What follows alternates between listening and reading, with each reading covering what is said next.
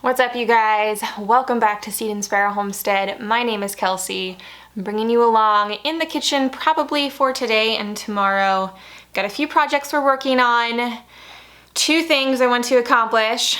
First is rendering down a whole bunch of beef fat that I have into tallow so that we can use that in future projects to come. And then the other project I have is some more meal in a jar recipes. I want to get that all prepped and into the pressure canner. I'm not totally sure that's gonna happen today. I'm starting kind of late in the day. It's a Monday and it's been a Monday and the kids are having a hard day. I didn't sleep very well last night. I'm not feeling the greatest today, but I want to get something done. I want to feel like I've accomplished something.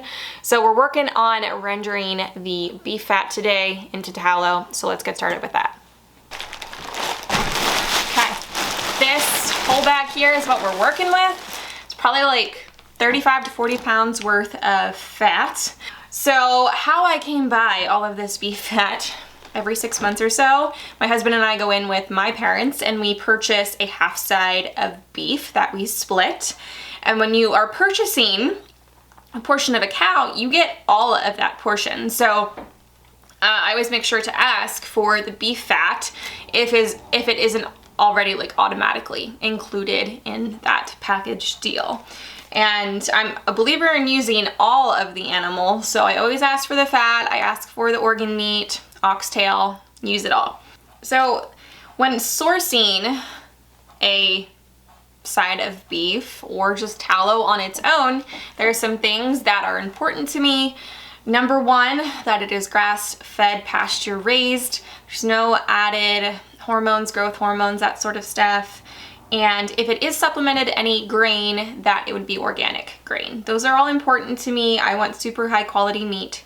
And tallow, I'm consuming it, and my main purpose for this tallow, well, yes, I'll probably be cooking with it, baking with it, frying things. The main reason is for cosmetic purposes. I would like to make soap. I'd like to make some balms and salves and like chapsticks, those sort of things. So if I'm consuming it and rubbing it on my skin, I really want it to be a good high quality. So with that all said, I've got to go through this and I want to trim it up as much as I can. They've done a pretty good job removing most of the meat, but there's still little bits here and there I'd like to get rid of. I am going to be processing this twice for further refinement, making it more pure and getting rid of any funky smells. Like, I don't want to be rubbing things on my face that smell like a hamburger. So I want to go through and remove as much of the fat as possible. I'm gonna chop this up really small and I'm gonna get it into my roaster and start rendering. This electric roaster is what I am working with today to render down my beef fat. I know that you can use a slow cooker, you can do it on the stove top, you can do it in your oven in a roasting pan. For the amount that I'm doing, this is my best option. Now, I am going to do this low and slow. Too hot, it will burn. We don't want it to boil, we don't want it to burn. So I am setting it right between like 150, 175. I'm gonna keep an eye on it.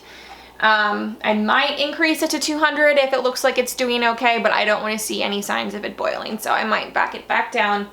It may take a little bit longer, but then I know I'm gonna end up with a good end result.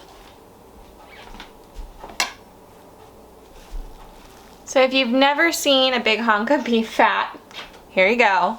There you can see there's like some bits of meat, just a little bit here and there. So I'm gonna do my best to get those out, and I'm going to chop this up into much smaller pieces. It'll just make it render down a little bit quicker.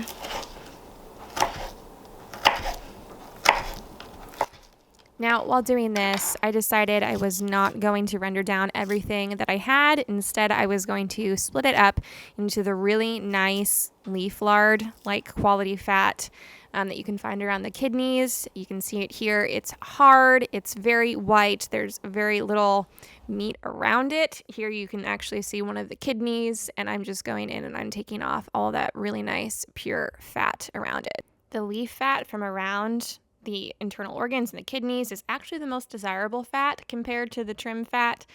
The leaf fat is the purest, it will render the cleanest, and it contains most of the beneficial nutrients compared to the other types of fat. Tallow is anti-inflammatory, it's rich in minerals, it's full of fat-soluble vitamins like A, D, E, K, and B12. Here you can see what I ended up with. I think it ended up being about 17 pounds worth of leaf lard. So I got this all in the roasting pan, put the lid on, and let it render down low and slow around 175 to 200 degrees. Came back and I stirred it about every hour. And here you can see it's starting to form those like crackling pieces on the top. Here there is still a little bit more fat that could be rendered out. So the lid went back on, came back in about another hour, and I decided to start ladling out the fat that was ready. Now I am going to be transferring this liquid tallow into the freezer to set. You want to put it into a container that will pop out of easily. So I'm using a stainless steel bowl and I am straining it through a strainer to make sure we don't get any of those big chunks into the liquid tallow.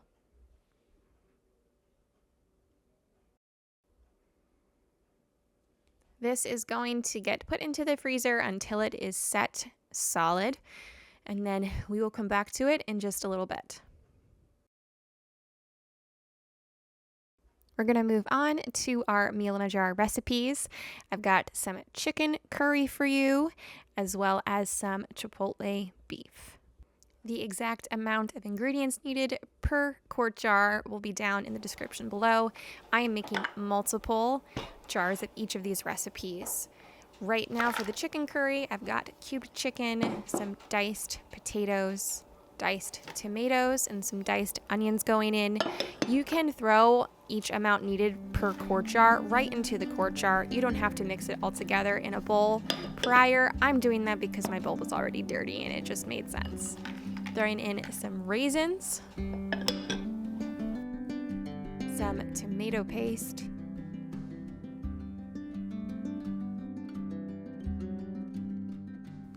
we're going to add in our salt and the rest of our seasonings. I had mentioned in a past meal in a jar video that there are some seasonings I do leave out because I just think their flavor becomes too intense during the canning process. One of those is a cilantro, and both of these recipes call for it. I will just add that in fresh when I go to actually serve the meal.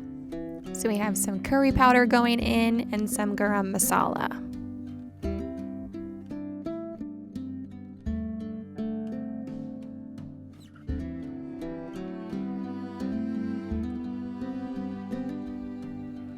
I'm going to go in with some clean hands and just mix this all up really well, and then we'll move on to our Chipotle beef. But if you want some more precise, detailed instructions on actually how the pressure canning process works, I do have another video all about that. I'll link it here on the screen and down below.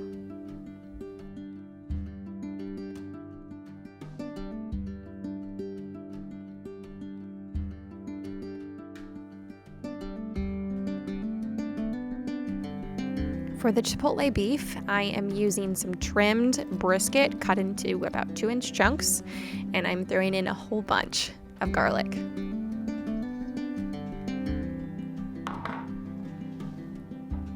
We're going to add in some diced onions as well.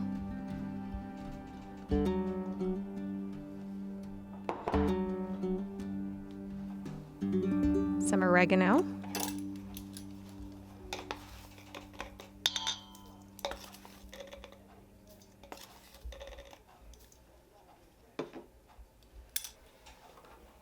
Our salt.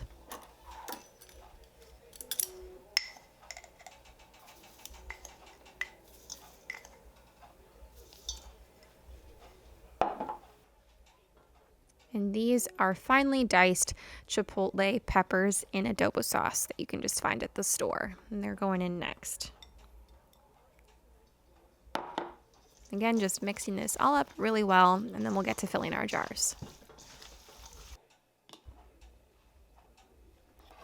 Now, both of our recipes today have low acid ingredients, therefore they must be pressure canned. They cannot be water bath canned. They all need to be filled to 1-inch headspace. For the chicken curry, I am topping that off with some chicken broth, and the Chipotle beef, I am topping off with beef broth.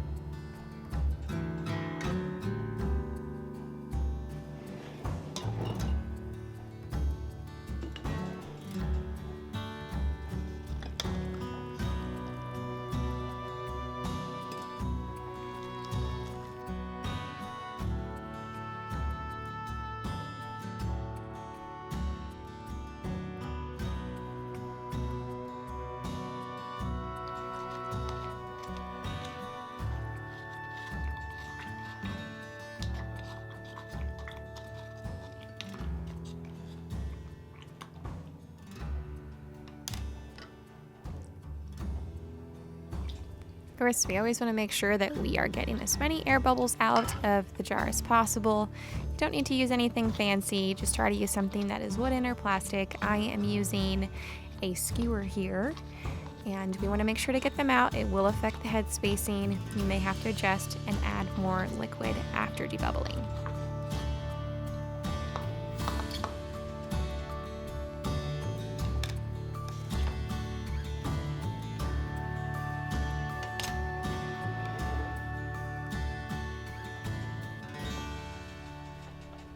I'm taking a washcloth here, dipped in some white vinegar, and I'm cleaning the rims, making sure there is no leftover food residue.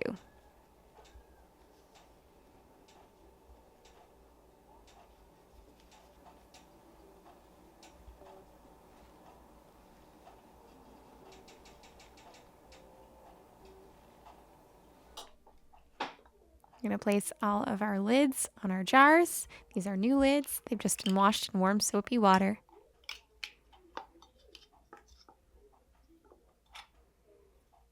We're going to make sure they're centered and add our bands on to fingertip tight.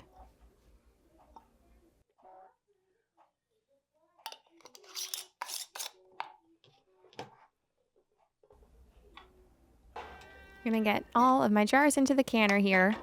You're going to hear some silly kiddos in the background enjoying some ice cream with their daddy. I'm going to get all my jars in the canner, get my lid on, secured properly, and get this up to pressure and start processing time.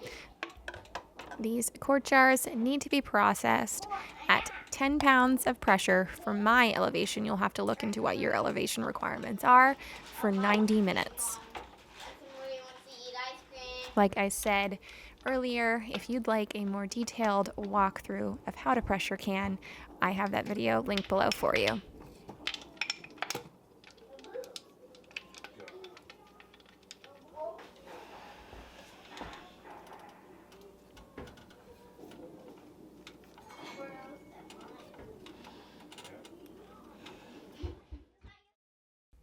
Moving back to our tallow, it has set in the freezer. So I'm going to pop this out of this bowl and we're going to see how much sediment is on the bottom. There's not too much, but I want to get this all scraped off. This is what is going to make it smell and taste like beef.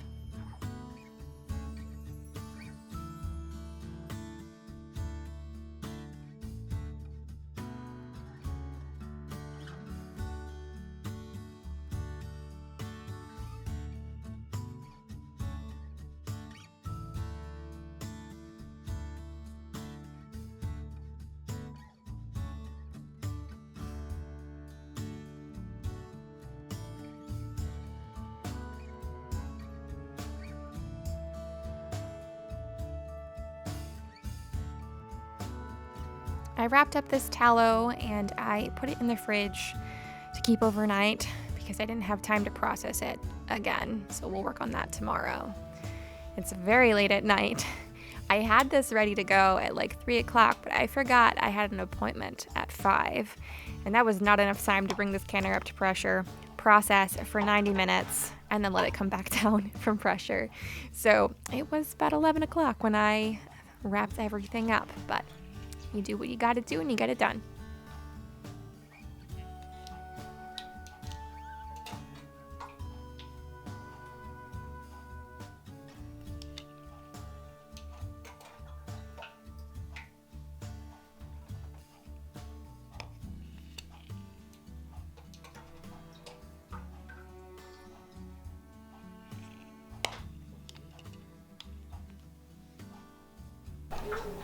All right, it is the next morning. I took all of my rendered tallow out of the freezer, put it back here into my roasting pan. I've melted it again, and over here to the right, I have my strainer over a bowl with a cheesecloth in it now. I'm gonna run this through there again, stick it back into the freezer, and then we're gonna dump it out again and see if there's any more sediment on the bottom.